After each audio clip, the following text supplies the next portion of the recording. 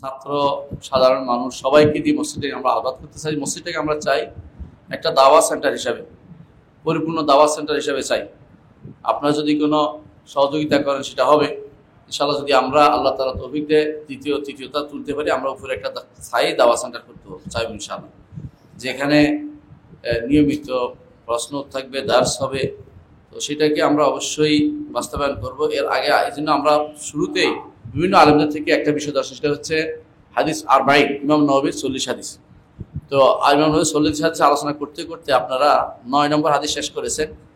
আজকে 10 নম্বর হাদিস হবে, যেটা আমাকে জানানো হয়েছে। আজকে আমরা 10 নম্বর হাদিস নিয়ে আলোচনা করব।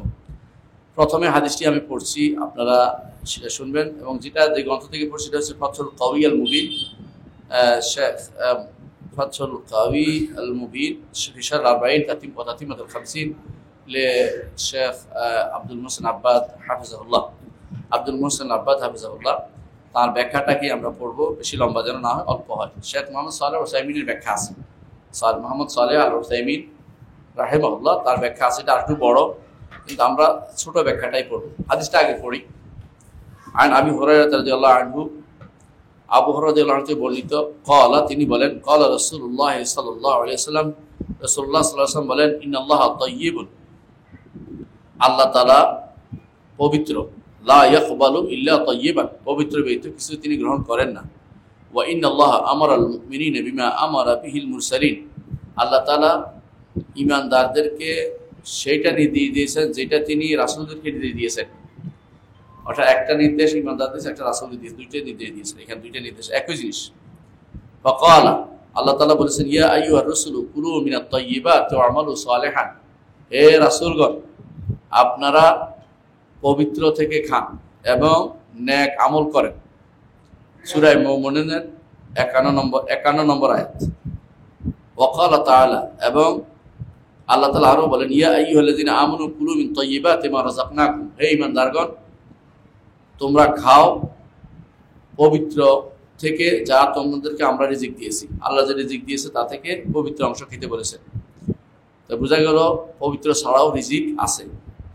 সুম্মা যাকার রাজুল, তারপর রাসূলুল্লাহ সাল্লাল্লাহু আলাইহি ওয়াসাল্লাম উল্লেখ করলেন, এতক্ষণ যেটা বলেছেন রাসূলের সরাসরি শব্দ, এরপর একটা লম্বা হাদিসের অংশ বাদ দিয়ে তিনি আবু হুরায়রা রাদিয়াল্লাহু আনহু তিনি একটা অংশ চলে আসছেন। বললেন কি, আর রাজুল ইউতিলু সফর, ওই ব্যক্তির কথা বর্ণনা করেছেন যে ব্যক্তি দীর্ঘ সফর করে, আশআথা আকবারা, ধুলি মলিন থাকে এবং উস্কো চুল নিয়ে থাকে। উস্কো আশআথা আকবারা তো ধুলি মলিন, শরীরে ধুল থাকে, ময়লা থাকে, উস্কো চুল থাকে, কারণ সুবিন্যস্ত অবস্থা নেই, তেল লাগানোর সুযোগ নাই, সময় নাই, কারণ অথবা অনুমতি নেই, দুটোর একটা। ইয়ামুদ্দু ইয়াদাহু ইলাস সামা, আকাশের দিকে হাত তুলে বসে আছে। দোয়া কবুলের অনেকগুলো সূত্র সেখানে আছে।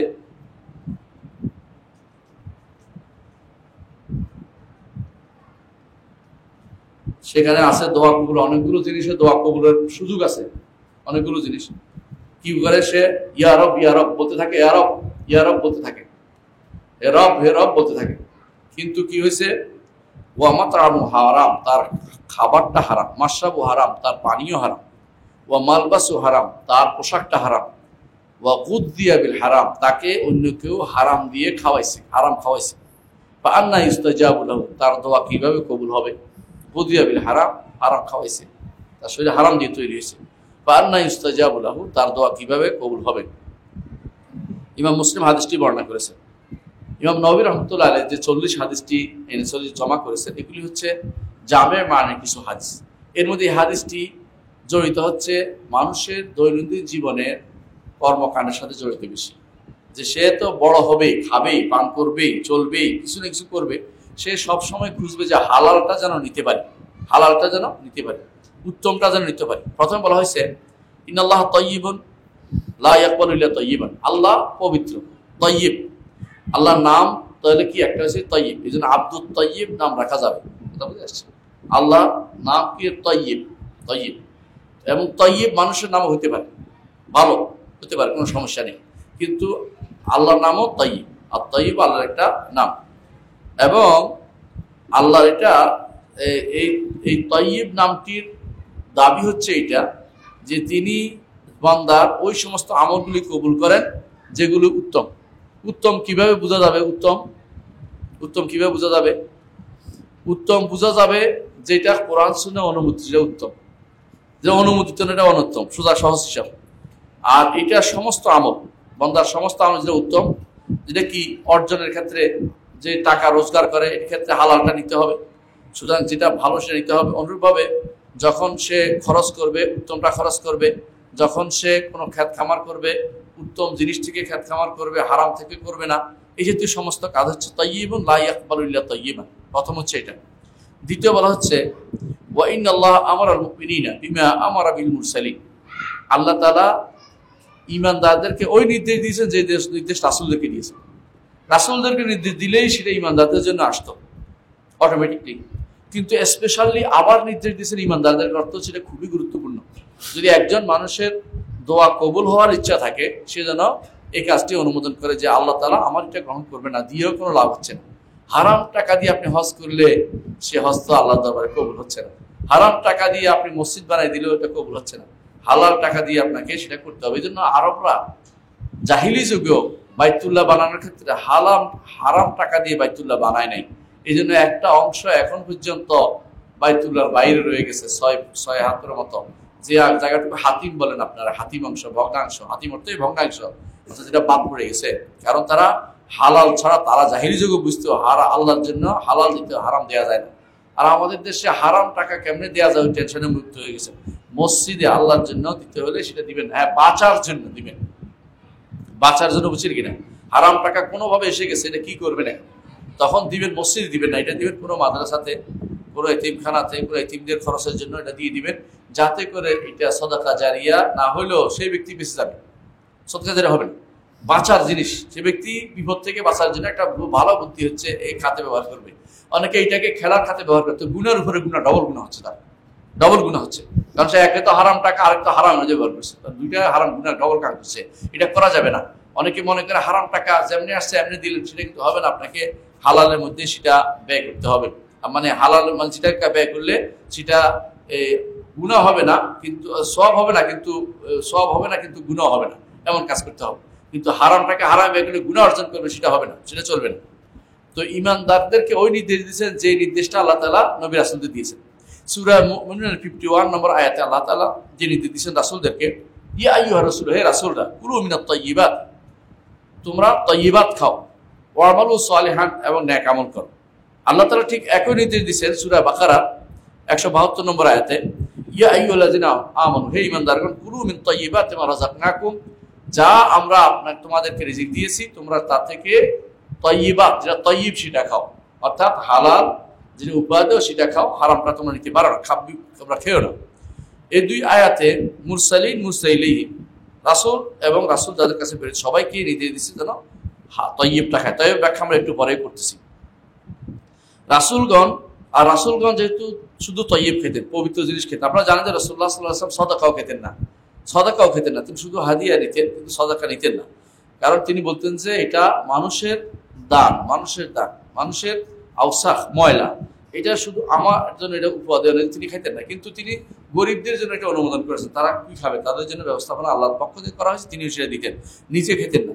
সুতরাং রাসূলুল্লাহ সাল্লাল্লাহু আলাইহি ওয়াসাল্লাম যেহেতু খেতেন না, তিনি তার অনুসারীর জন্য তিনি রাসূলগণ যেভাবে হারাম খেতেন না, হালালের দিকে মানুষকে আহ্বান জানাতেন, তার অনুসারীদেরকেও তারা হালালের দিকে আহ্বান জানিয়েছেন, পবিত্র গ্রহণের দিকে আহ্বান জানিয়েছেন।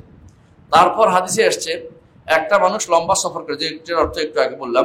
সাধারণত লম্বা সফর কোথায় হয়? হজে, উমরায় লম্বা সফর তখনকার দিনে এটাই হতো, এখনো এটাই হয়। এর বাইরে যারা বিভিন্ন জায়গাতে ঘুরে বেড়ায়, এটা উদ্দেশ্য না।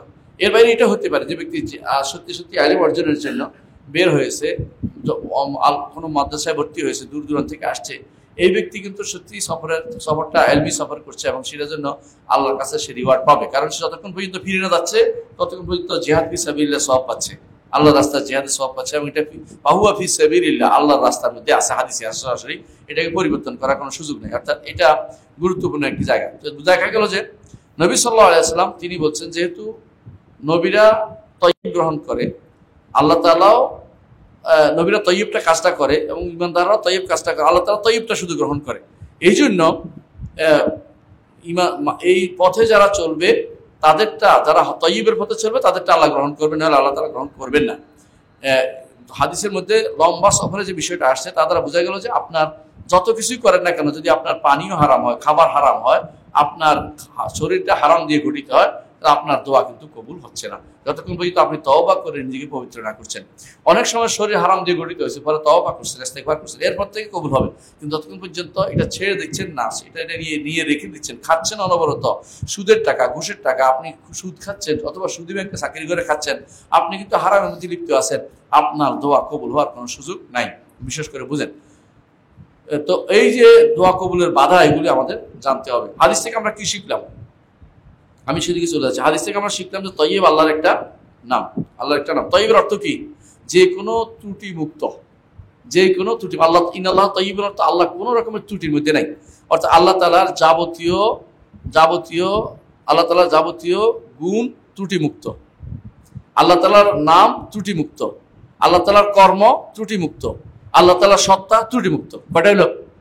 জাত, আসমা, সত্তা, নাম, গুণ, কর্ম সবই ত্রুটি মুক্ত। এই জন্য তিনি তয়্যিব, সর্বদিক থেকে তিনি তয়্যিব। তয়্যিব যেহেতু, তিনি বান্দার মধ্যে থেকে তয়্যিবটাকে ভালোবাসেন, অন্য কিছু নেন না। এই জন্য যে ব্যক্তি আল্লাহর জন্য কোনো গুণ সাব্যস্ত করবে, আগে তয়্যিব কিনা এটা প্রমাণিত হতে হবে। আর তয়্যিব প্রমাণিত হলে নিজের মন থেকে সাব্যস্ত করতে পারবেন না, কোরআন এবং সুন্নাহয় গুণটা আসতে হবে। আল্লাহ এবং তার রাসূল যা যা বলেছেন এটা তয়্যিব হবেই, কিন্তু এর বিপরীতটা আপনি বানাইলে হবে না। কখনো কখনো ধরেন কোরআনে কারিমে আল্লাহ তাআলা বলছেন যে সাখিরাল্লাহু মিনহুম, আল্লাহ তাদের ব্যাপারে বিদ্রূপ করেন, উপহাস করেন। আপনি বলেন যে আল্লাহ উপহাস করেন কাদের সাথে? কাফেরদের সাথে, কারণ তারা আল্লাহর সাথে উপহাস করতে আসাই জন্য। মাকারু ওয়া মাকারুল্লাহ, তারা আল্লাহর সাথে কৌশল করে, আল্লাহ তাদের বিরুদ্ধে কৌশল করেন বলতে পারবেন, কিন্তু সাধারণভাবে আল্লাহকে মাকের বলতে পারবেন না, বা আল্লাহকে সাখির বলতে পারবেন না, বুঝছেন?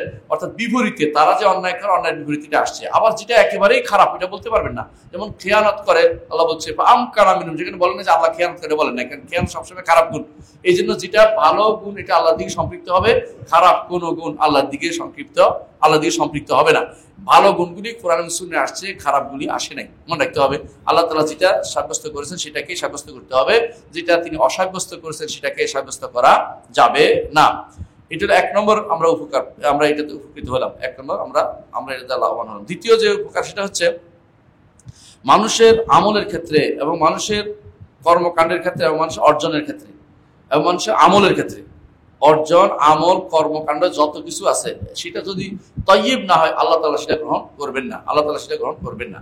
3 নম্বর আমরা জানলাম এটা যে হালাল মালের সদকা, যদি হালাল মাল না হয় তো আল্লাহ তাআলা সদকা গ্রহণ করেন না। এটা অন্য হাদিসেও আসছে, লা ইয়াকবালু সালাতান বিগাইরি তাহুর, আল্লাহ তাআলা কোনো পবিত্রতা নয় তার সালাত কবুল করবেন না।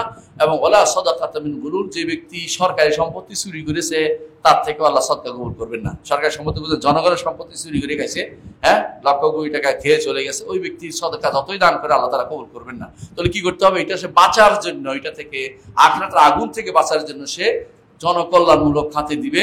অর্থাৎ যেমন এতিমখানায় দিতে, অথবা মাদ্রাসায়, অথবা কোনো এতিমদের কোনো জায়গা করে দিতে পারে, ঘর করে দিতে পারে, এই জাতীয় কাজগুলি করে দিতে পারবে। কিন্তু সে যদি কোনো হারামে ব্যয় করতে, ডবল গুনাহ হবে। একটু আগে বলেছি আমরা, সরকারি সম্পত্তি, গলুল শব্দের অর্থ সরকারি সম্পত্তি। প্রমাণ হচ্ছে রাসূলুল্লাহ সাল্লাল্লাহু আলাইহি ওয়াসাল্লাম বলেছেন যে গলুল সাধারণত যেটা করা হয়, যে ব্যক্তি ওই গনিমতের মাল যখন বন্টন হয় না, ব্যক্তি মালিকেরা দিন আসেনি সেটা নিয়ে খেয়ে বলছে, যারাই এরকম মানুষের সম্পদ ভোগ করে, যেগুলো সরকারিভাবে আছে এখনো সেটা ভোগ করছে, সেখান থেকে মেরে খেয়ে ফেলেছে, বিদেশে পাচার করে ফেলছে, সেই ব্যক্তির কোনো সদকা আল্লাহ তাআলা কবুল করবেন না।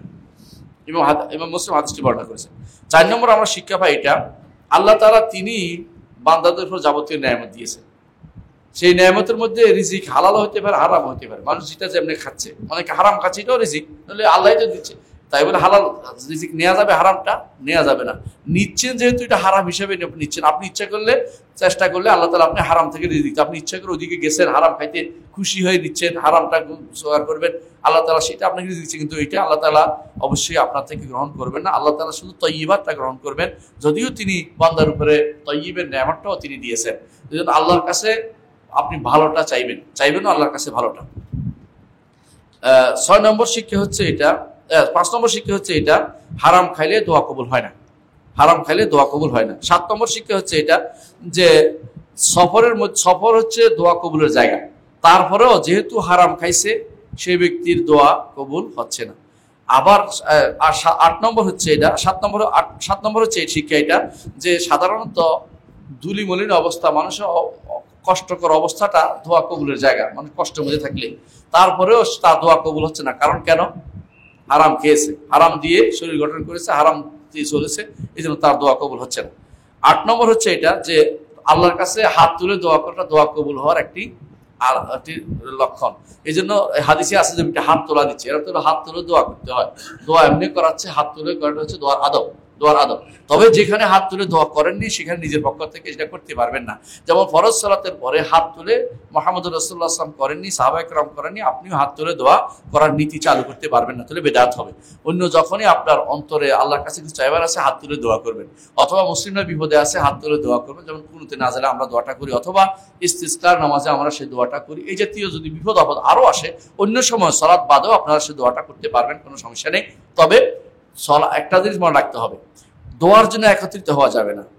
দোয়ার জন্য আমরা দোয়া মাহফিল করি এটা বলা যাবে না, তবে একত্রিত হলে দোয়া করা যাবে। পার্থক্যটা হচ্ছে এইটা ঘটা করে করা যাবে না, কিন্তু কেউ একত্রিত হয়েছে যে আমরা বিপদে আসি আল্লাহর কাছে দোয়া করেন, এই দোয়া করা যাবে। ওই পার্থক্যটা বুঝে নিতে হবে, তাহলে আপনার জন্য সমস্যাটা হবে না। বুঝে আসছে কথাটা? এখানে বিপদে কেউ আসছে, বিপদে আসে, ধরেন কথাগুলো আমরা সবাই ডেঙ্গু ধরছে, আপনি বলে যে ডেঙ্গু দোয়া করেন, আমরা বিপদে আসি আল্লাহর কাছে দোয়া করেন। তার প্রমাণ হচ্ছে মুসা আলাইহিস সালাতু ওয়াস সালাম তিনি দোয়া করেছেন এবং হারুন আমিন বলেছেন। এই জন্য আল্লাহ বলছেন কাদ উজিবাত দাওয়াতুকুমা, তোমাদের দোয়া কবুল হয়ে গেছে, তোমাদের দুজনের দোয়া কবুল হয়ে গেছে। বোঝা গেল দুজনে দোয়া করেছেন, একসাথে দোয়া করেছেন। কাদ উজিবাত দাওয়াতুকুমা, কি দোয়া করেছেন? যে রব্বানা ইন্নাকা আতাইতা ফিরআউনা ওয়া মালাউ যিনাতান ওয়া আমওয়ালান ফিল হায়াতিদ দুনিয়া রব্বানা কমিস আলা আমওয়ালিহিম ওয়াশদুদ আলা কুলুবিহিম ফালা ইউমিনু হাত্তা ইয়ারাউল আযাবাল আলিম। আল্লাহ কঠোর শাস্তি দিয়ে এদেরকে বিচার করেন। আল্লাহ কবুল হয়ে গেছে দুজনের দোয়া, দেখা যাবে কঠোর শাস্তি হচ্ছে, পানিতে ডুবাই মারছে।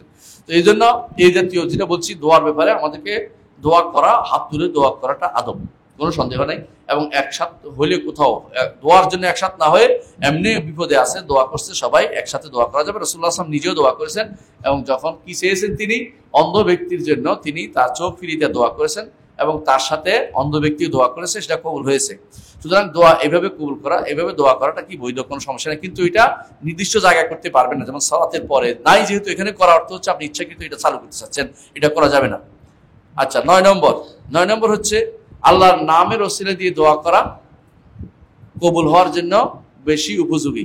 আল্লাহর নামের ওসিলা দিয়ে দোয়া করলে সেটা কবুল হওয়ার বেশি উপযোগী।